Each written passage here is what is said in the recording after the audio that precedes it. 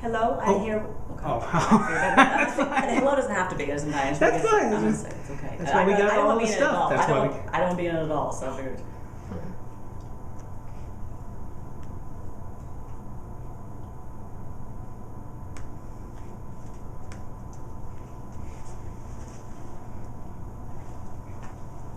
Three, two, one. This is the Tampa Hillsborough County Public Library's oral history with Jetie B.Wilds on August 13th, 2013. Jetie, would you like to talk about your experiences with the March on Washington and what it meant for you and your family and your friends? Yes, one of the things is I want to be very clear. I did not attend the March on Washington. Very much connected to it in a lot of different ways, and I'll try to explain to you how that occurred. I'm an undergraduate of Morehouse College in Atlanta, and one of the first people I had an opportunity to listen to when I got to Morehouse College as a freshman was Dr. Martin Luther King. He, in fact, had been listed as one of the professors. I had signed up for his class. He never got there. But I heard him on the stage, and that was the first time I'd ever been moved to that extent. And I'm a real Baptist, and we really get down. But when I heard him, it was so moving that I felt that this is special. Just hearing him for the first time, he was not famous at that time. He had done a number of things, but he was not famous at that particular time. So that connection was there for me. The person who ended the program, the March on Washington for Jobs and Freedom, is what that was, the March on Washington. The person who ended that, gave the benediction, was Dr. Benjamin Mays. Dr. Mays was the president of Morehouse when I was there, and a number of people really moved by Dr. King. But if you had heard Dr. Mays, you would have understood that Dr. Martin Luther King couldn't do any less, because he had such a role model. And so, and I had participated in a number of different marches. It's kind of obvious. Julian Bond, who a number of people know that name. Julian was in my class, and Julian could afford to spend more time in the march than some of the others of us, and in fact just kind of dedicated himself. So he ended up in a lot of people's class, because he didn't get out of his freshman class for a long time. I understand. Yeah. And a number of the people who we read about happen to be on our campus, for example. And I'm trying to give you a feel for how I felt when I didn't get to that march. A guy by the name of Hamilton Holmes was in my freshman class. And Hamp, and what makes Hamp important is that Hamp was one of the first people to enter the University of Georgia. He was selected to come off our campus. So he was there, he registered, went to a class or two, and then he went over to the University of Georgia. We had at that time, and they were talking in terms of who was going to be at the march and how mixed it would be. And I had begun to think, as I was a teacher here in Hillsborough County at the time, and that I'll tell you in just a moment, was one of the reasons that I didn't feel that I could go.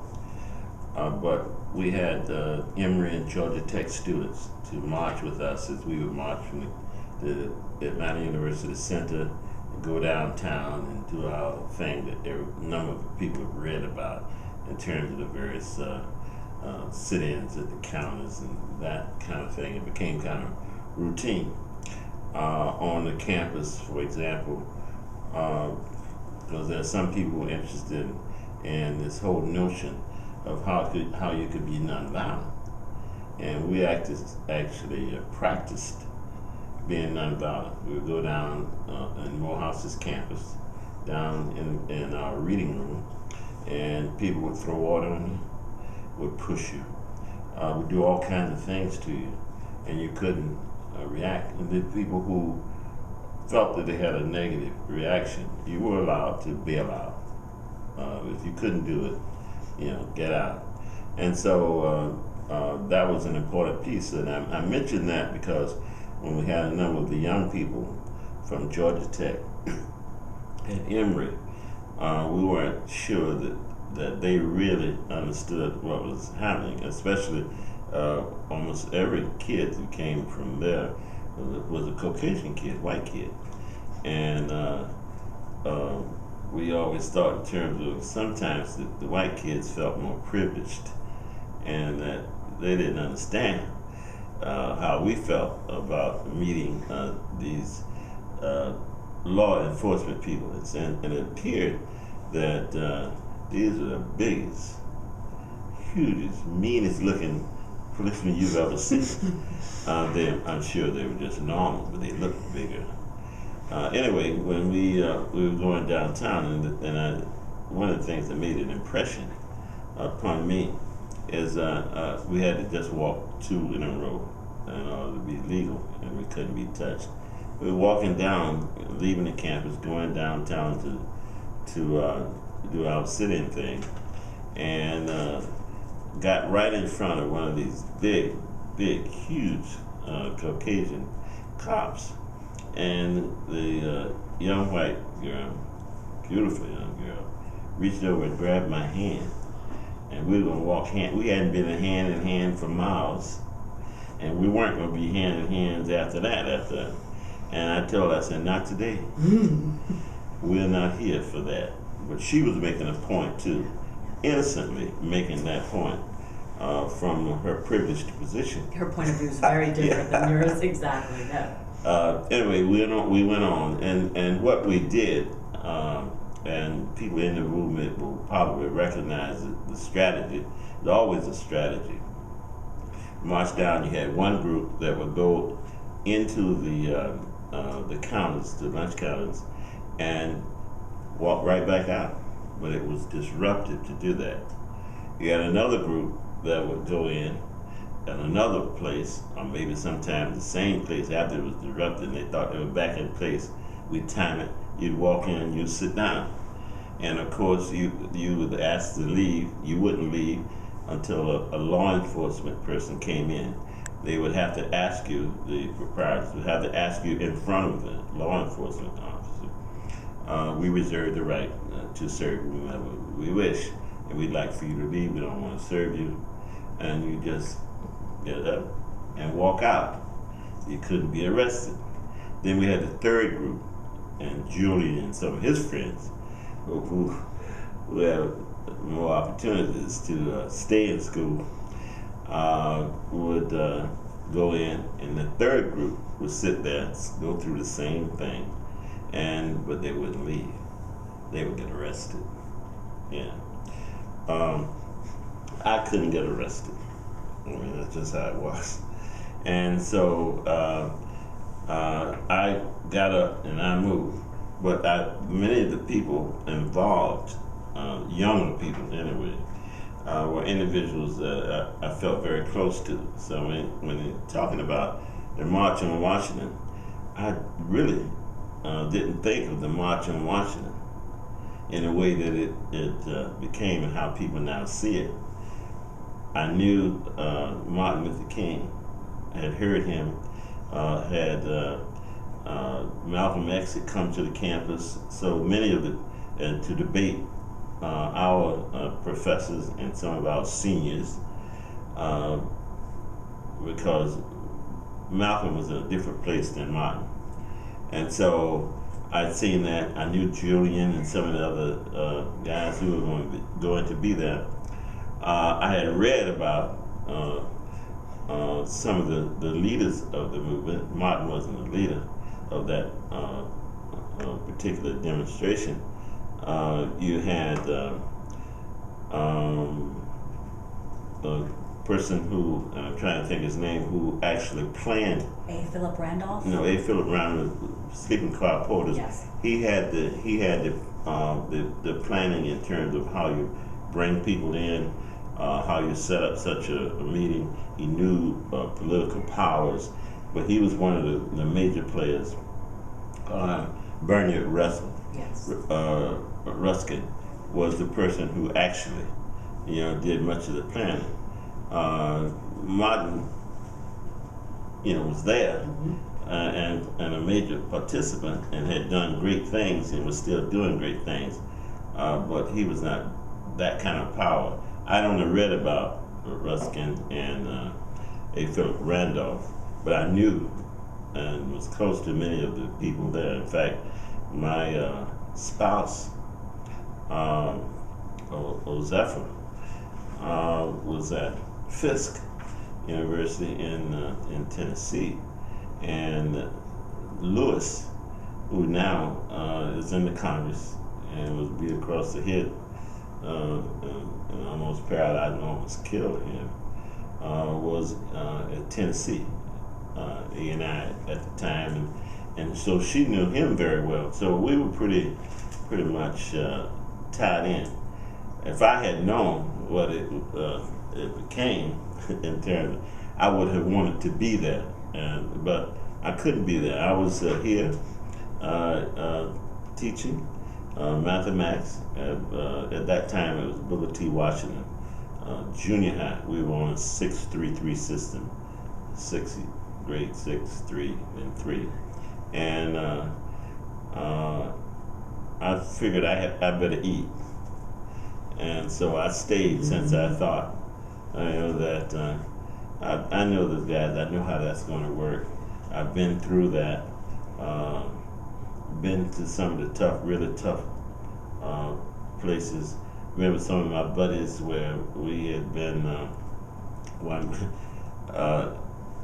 of the things that I'm trying to give you a sense of that time. And I think I had a buddy who was an attorney. He's an attorney here now. His brother's an attorney also. And we were roommates at the house, Morehouse College, we call it the house, at the time. And we had gone to a country club to make extra money. Where you just put the plates down in front of these rich people, and they'd give you money for that. And so every time one of those came up, you had an opportunity. I went, and this guy went. What I'm getting to is trying to give you a sense of the setting. That here we were, young college students having fun, walking down the street. We stopped to get an ice cream cone, and the guys. Morehouse is all male institution. So the guys are walking down the street. Guys sometimes say things, use vowel vituperations when they shouldn't. And so going down, and one of the guys who's an attorney right here in Tampa now, used one. Well, we found out that we were indicted, and this guy in particular, he had to go to court. Well, in Georgia at the time, you couldn't curse in front of a white woman. So we got the NAACP and they got in Atlanta branch, and they took the case, and we went down. And the other thing that I saw that I had never experienced, because here in Tampa, we're very political, so I felt very comfortable with law enforcement and people in the judicial system. The NAACP attorney had all of us go down, and we were dressed in our ties and coats and everything. And in fact, the people who testified against it, the lady who said we cursed in front of her, and a couple of people who were there, witnesses that there had been some cursing, vile cursing going on. And they came in their uniforms, and I'm sure they had great empathy with the judge, but we weren't thinking about that. We were then testing the system. We wanted to know, how does this work? We were very eager students, and the NAACP attorney asked her to identify who was it that did the cursing in front of you, and she picked out somebody who wasn't. Well, we're just young kids, rather than sitting there, and we started giggling. We thought it was fun that she couldn't pick out the person. Well, because the case got dropped because she didn't have the proper person. When it was finally identified who that person really was by name and everything else, the judge told him, he said that you guys think that you're smart, you come in, you're trying to change the world and change the way things are. He said, don't you ever come back to Georgia. Hear me? We're sitting there, what? Told him never to come back to Georgia. And at the time, we were sitting there, we asked the attorney later on, he said that was a lot of folly, but that was what he told him. And he was turning, just as the judge turned red, so that was an experience. So I had a number of experiences that led me to believe, and when we were walking downtown, I heard, Caucasian women are afraid of African American, I think we were black at that time, African American men, they're so desperate. And that was another thing that was shocking to me. We were walking downtown, little old lady downtown walked up to me and said, and cursed me, and said, y'all coming down here and interrupt. I guess we were, disturbing her lunch period.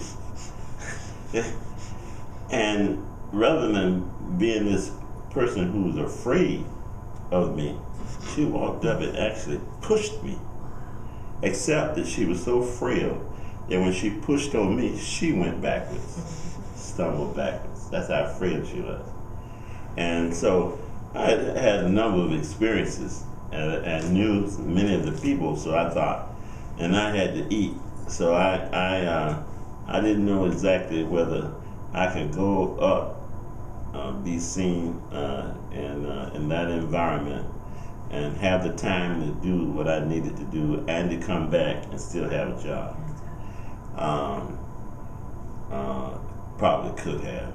But you don't know. But leading up to it, you don't know. Because I could have just had to sit in here, which we eventually did at another time that I won't talk about because it's not connected to the 50th anniversary.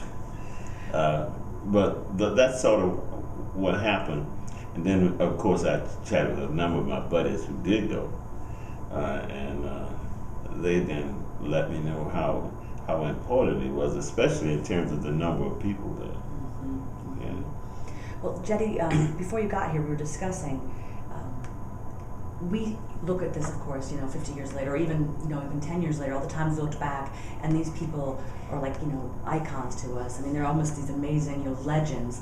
But it's interesting to hear you say that they almost were like friends to you. Oh, they were. They were like, they were, Yes. they were you worked together. You did not see them as being these amazing, personalities, which they were, but you saw them as more than that, as equals, as friends, as partners in this fight for rights that you feel, of course, that were deserved. But it's interesting to me that this idea of what their legendary status has been, and how you feel like, hey, I just worked side by side with that person, Oh, yeah. Well, one of the things that occurs is, and that I guess you learn over time, is that these are just guys down in a shooting pool, and then you stop doing that, then you go and do this other thing. And that was a time, that's why I didn't go to the armed services. I was given deferment because, and this is how old I am, there was a Sputnik that had been put up by the Russians, and we needed to catch up. And my undergraduate degree was in mathematics, but I had pledged for that. So they gave, if you were in science and math, those students in college were given deferments. So I didn't ask for one, but we were given deferments. But you know, you're talking about just people, and then, but I understood how young. That's why you have to be young, I think, going to the armed services. Is that I was stupid enough, and I use that word advisedly, but to think that if I just got killed, that this would be over. So you had the feeling that if somebody killed you, then people would see how stupid this is, and then would back off, and everything would be all right. You hear me? Mm-hmm. I actually believe that. Now, I didn't want to get, but I thought, if you do, you know, you're doing stuff in the dark, and you're walking down, and you're not in control of anything, but you're young enough to think that you're participating, and this is going to do something. And now you're talking about 50 years later, and you look at the same kinds of things occurring in a different format. And now you say, oh. Exactly. After all the assassinations and all the violence that's everything, happened, all of that. Yeah, right. It is. It's true. But it must have been an amazing time to think that there was that chance that this one thing could have changed everything. We thought, you know, you're sitting, and you know, you're young. I was a 17-year-old kid when I got to Morehouse, and you're thinking, we'll do this. Maybe this will take a couple of weeks. Really? Seriously? Yeah. And then it gets more serious. And then so you read, and something happens to some kids some other place. Something happens to people who were killed. And then you find like Lauza, a white woman who was involved, and they killed a white woman who was involved, and then they killed 3 workers, and then a Jewish person was the one that got killed, and then you had a guy. When I was younger, I couldn't understand it, so definitely when I was about 14, we had a guy who was murdered and found, you know, so. You're thinking that enough of this is going on, and we're just. It's important to put in context. I learned that a few weeks after the march, the 4 little girls in Selma. I mean, so it's, you think you're right, nothing's solved. You know, it's a moment in time. You're hoping for more at that time, but you don't really know what's going to happen big picture wise. It's good to have young people around. Yes, that's true. They have that hope. They keep it alive, don't they? That's right. Wonderful. Do you have any more questions for Jetie? Anything you guys want to talk about that we should bring up? Yeah, it really was, Jetie. This is so wonderful. Yeah. Let me just quickly tell you, this might be for you. This isn't the 50th anniversary, per se. But later on, I was in Washington, D.C., because I had to leave town. Just, there's a lot of reasons. Anyway.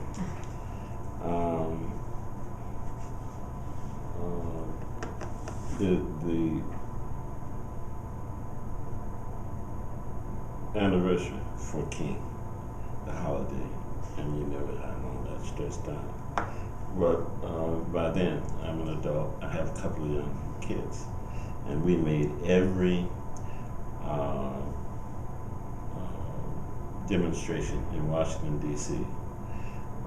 To get King Holiday, and the song was sung was there. In fact, one of my daughters, who is now an attorney, is a prosecutor here, almost had her feet frozen, because always in the fall or winter that they were having the demonstration. But we went, and they were involved. So now, and Stevie Wonder was always the person who was pushing that. So you kind of see all of these people. I now know how important it is. But whomever might see or read some of this stuff need to understand it's important to make your input, all right? But it's also important to understand you have to stay with it forever. Yes. It sounds like what you're describing. Activism is if you choose that path, activism, it's a lot of time, a lot of effort. Oh yeah. Not everybody has the luxury of it. Yeah. Like Yeah. Julian, you said Julian was able to stay around for a while. Yeah, he's a middle class kid. Exactly. They have the luxury. They have the luxury. I know what you're saying. Yeah. So much, Jetie. I know you're saying, leading up to it, that you kind of didn't have the idea of what it would become, the march. Right. When did that hit you? Was it, right when the couple people that you knew came back? Was it, a couple of years down the road? Was it, when did you realize that march? That evening. Really? Okay. And we didn't have the kind of technology that we have now. Probably heard during, but that evening they were excited and they were talking about it, and you should have been here, and that kind of thing. Some people estimated 200,000 plus people, and we had never seen that in one place. Especially allegedly like-minded people in the same place. And so obviously the amount of people was kind of the first trigger of how important this was, but King's speech, students study it in school, it's such this icon. But was that immediate right away, how significant that was? I mean, he spoke all the time, like you said, when you heard him, it was powerful. When did it kind of become clear that this speech in particular might be remembered more? Years later. Right. That I'd heard King and many of the guys in that audience and people, because King by then was giving a lot of speeches, had heard King. That was a very powerful speech.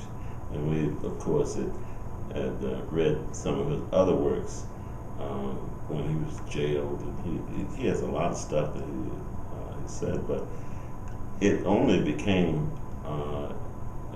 important to the world, it seemingly later, as there's greater and greater acceptance of what occurred, and then acceptance of King, and then this Nobel, so then all of a sudden people want to know, who is this guy?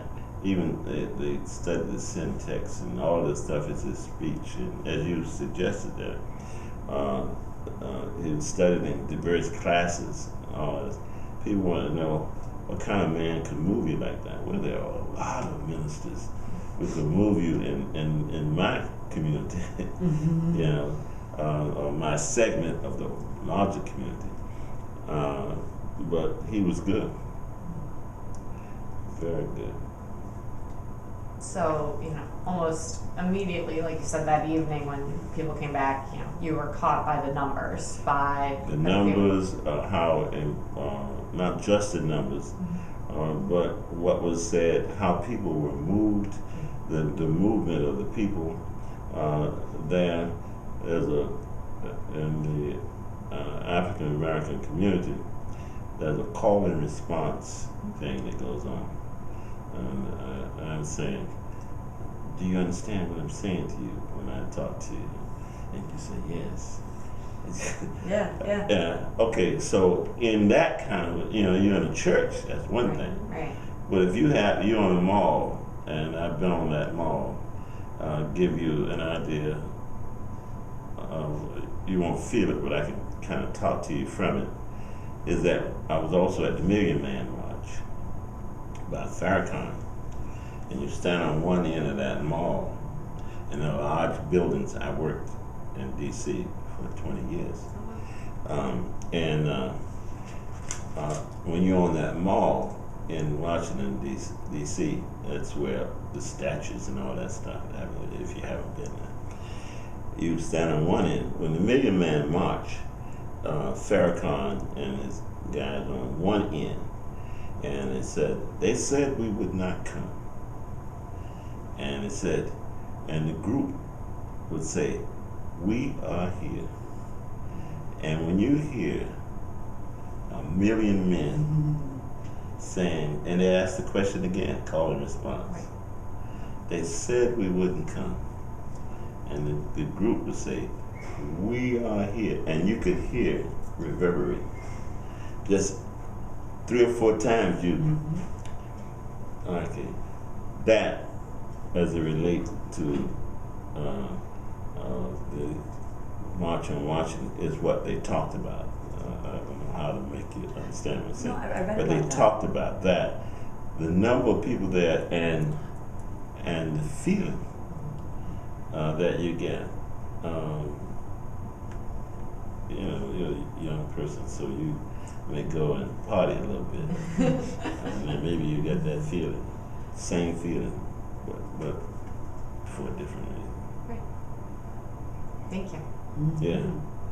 Wonderful, Jetie. Thank you so much for coming Okay. on out. All right. Let's go on upstairs real quickly and get some photo taken Okay. of you. All right.